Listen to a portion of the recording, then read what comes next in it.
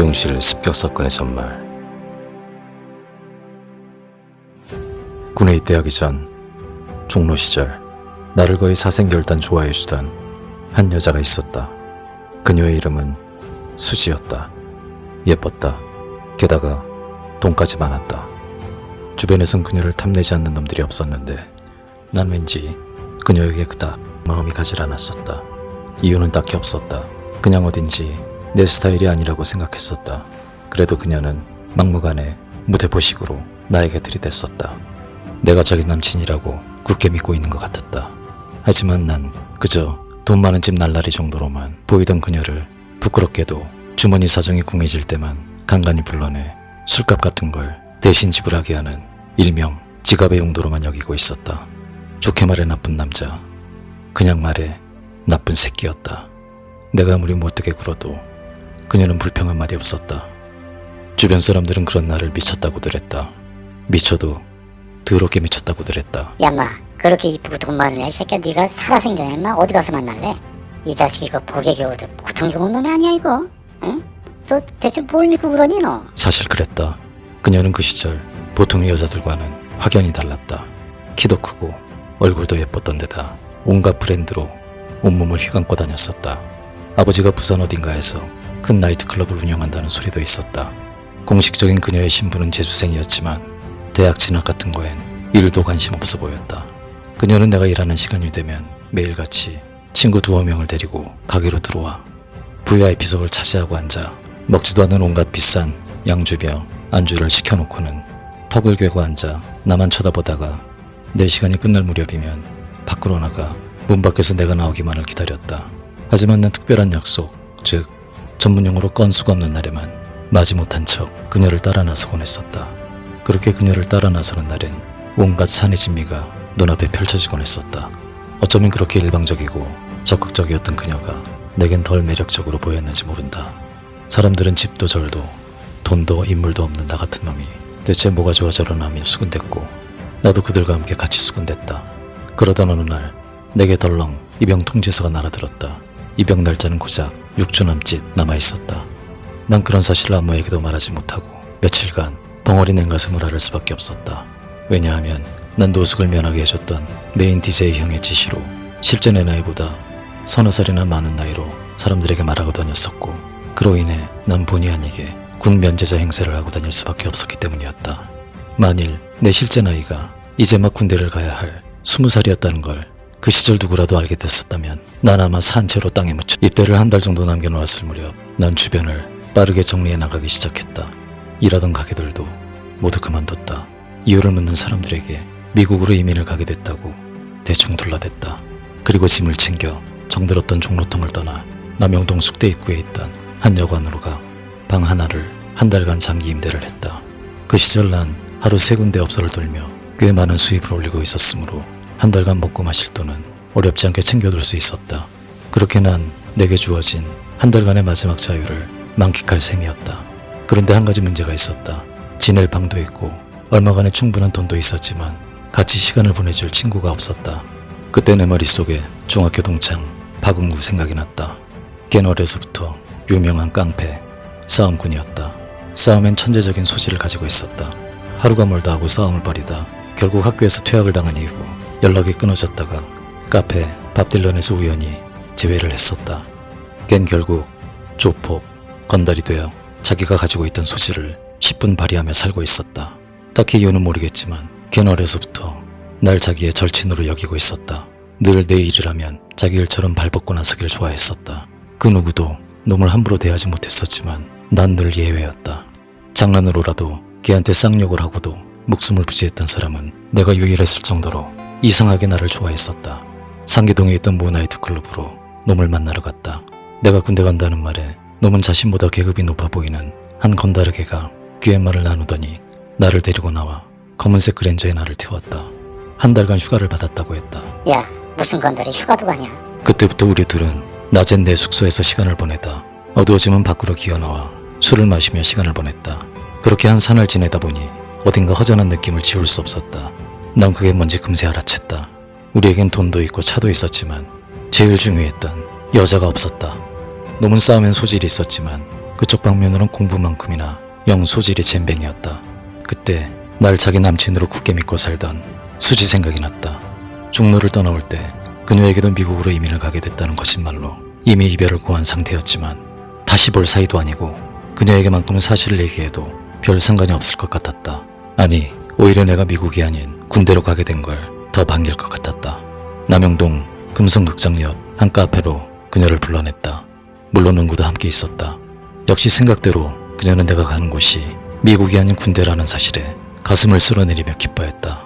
그렇게 날 자기 남친으로 알고 살던 부잣집 날라리와 날 자기의 절친으로 알고 살던 조폭, 그리고 사이비 DJ였던 나, 이렇게 어울리지 않던 조합의 우리 세 사람은 그날부터 매일 붙어 살다시피 했다. 같이 강릉도 가고 부산도 갔다. 매일 밤 취해 셋이 함께 잠이 들었다. 그렇게 정신없이 놀아나는 사이 한 달여가 훌쩍 지나 입대일이 코앞에 다가왔다. 난 머리 깎은 모습을 그녀에게 보이기 싫어 입대를 2, 3일 남기고 싫다는 그녀를 억지로 떠나보냈다. 꼭 편지를 하라는 말과 함께 눈물을 감추며 그녀는 집으로 돌아갔다. 좋아하지도 않았던 여자였지만 마지막이라고 생각하니 왠지 마음 한구석에 텅 비는 것 같았다. 은구도 입대 전날 내가 자대 배치를 받게 되면 면회를 오겠노라는 말을 남기고 상계동으로 돌아갔다. 난 그렇게 또다시 혼자가 되어 나라를 지키기 위해 나라 잃은 표정이 되어 혈혈단신 군에 입대했다. 그런데 약속과는 달리 내가 자대 배치를 받고 1등병이 되기까지 은구는 감감무소식이었다. 놈에게 이미 부대 위치와 면회 방법 등을 편지와 전화로 알려준 상태였지만 웬일인지 시간이 지나도 나타나지 않았다. 첫 번째 휴가를 나가 놈에게 연락을 취해봤지만 연락이 닿질 않았다. 놈마저 면회를 오지 않는다면 군생활 중 나를 찾아와줄 면회객은 아무도 없었으므로 아쉬운 마음이 더했었다. 내가 군에 간 걸 집안 식구는 물론 친구 선후배 그 누구에게도 알리지 않았었기 때문이었다. 그러던 어느 여름날 정문에서 보초 근무를 서고 있는데 군 간부의 차로 보이는 웬 검은색 그랜저 한 대가 정문으로 다가왔다. 차를 세우고 용무를 묻기 위해 경례를 하려는데 운전석 창문이 스르르하고 열리더니 군 간부가 아닌 조폭 간부가 앉아 있었다. 한층 더 더러워진 인상에 은구가 씩하고 웃고 있었다. 나야 임마. 놈은 어느새 완벽한 프로 건달의 모습을 하고 있었다. 야 이 씹새끼야. 어디서 뭐하다 이제 나타나냐 이 개새끼야. PX에서 초코파이를 먹으며 조폭도 상조폭으로 보이는 놈에게 서슴지 않고 욕을 해대는 내가 신기했던 듯 고참들이 곁눈질로 조심스레 힐끔거렸다. 그 뒤로 고참들이 날 대하는 태도가 완전히 달랐. 그런데 놈의 표정이 전에 없이 사뭇 진지했다. 내게 중요한 말을 전하러 왔다고 했다. 그 내용은 다름 아닌 수지에게 남자가 생겼다였다. 남자도 그냥 남자가 아닌 무지하게 돈 많고 무지하게 잘생긴 놈이라고 했다. 너 군대 가고 걔를 룸싸러 다녔어요. 응? 룸싸러 다니다 그 새끼 만난 거지. 결국 수지가 나를 상대로 고무신을 거꾸로 신었다는 얘기를 해주러 온 거였다. 난 그의 얘기를 들으며 좀 서운한 마음이 들긴 했지만 딱히 화가 치밀어 오른다거나 하지는 않았었다. 어차피 내가 좋아하고 사랑하던 여자도 아니었기 때문이었다. 별다른 감흥이 없었다. 야 내가 있잖아. 걔가 매일 가는 미용실 알거든. 어떡할래? 응? 같이 가서 응? 만나볼래? 미용실? 응. 매일 그 3시쯤 되면 거기 나타나. 응? 그 새끼가 데려다 주지. 만나서 뭐해? 뭐하긴 이 새끼야 확 죽여버려야지. 야 새끼야 그렇다고 사람을 죽이냐? 아니 진짜 죽이는 게 아니고 이 새끼야 가서 귀시자대기라도 몇 대 갈겨줘야지 이 새끼야. 응? 가만히 그 당하고만 있을래? 그래서 어떻게 하자? 너 외박 언제 나오냐? 이번 주말. 됐어. 그럼 내가 있잖아. 너 태우러 올 테니까 응? 부대 앞에서 기다려. 응? 알았지? 그렇게 그 주 토요일 오전 부대 앞에서 놈의 차를 타고 우린 그녀가 매일 출몰한다는 방배동에 있던 한 미용실로 향했다. 놈은 미용실이 보이는 길 건너에 차를 세우고는 근처 가게집으로 가 소주 2병과 쥐포 한 마리를 사왔다. 마셔 임마. 웬 소주냐 대낮부터. 맨정신으로 임마 뭐할래 임마. 한잔하고 응?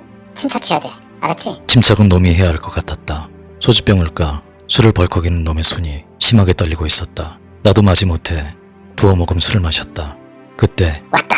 하고 소리치는 놈의 시선을 따라가 보니 미용실 앞에 외제차 한 대가 서더니 한 여자를 내려놓고는 사라지는 게 보였고 미용실로 들어서는 여자의 뒷모습은 한눈에 봐도 수치였다. 놈은 차 트렁크로 가 알루미늄 야구 배트 2개를 꺼내와 내게 하나를 쥐어줬다. 야 가자. 야 잠깐만.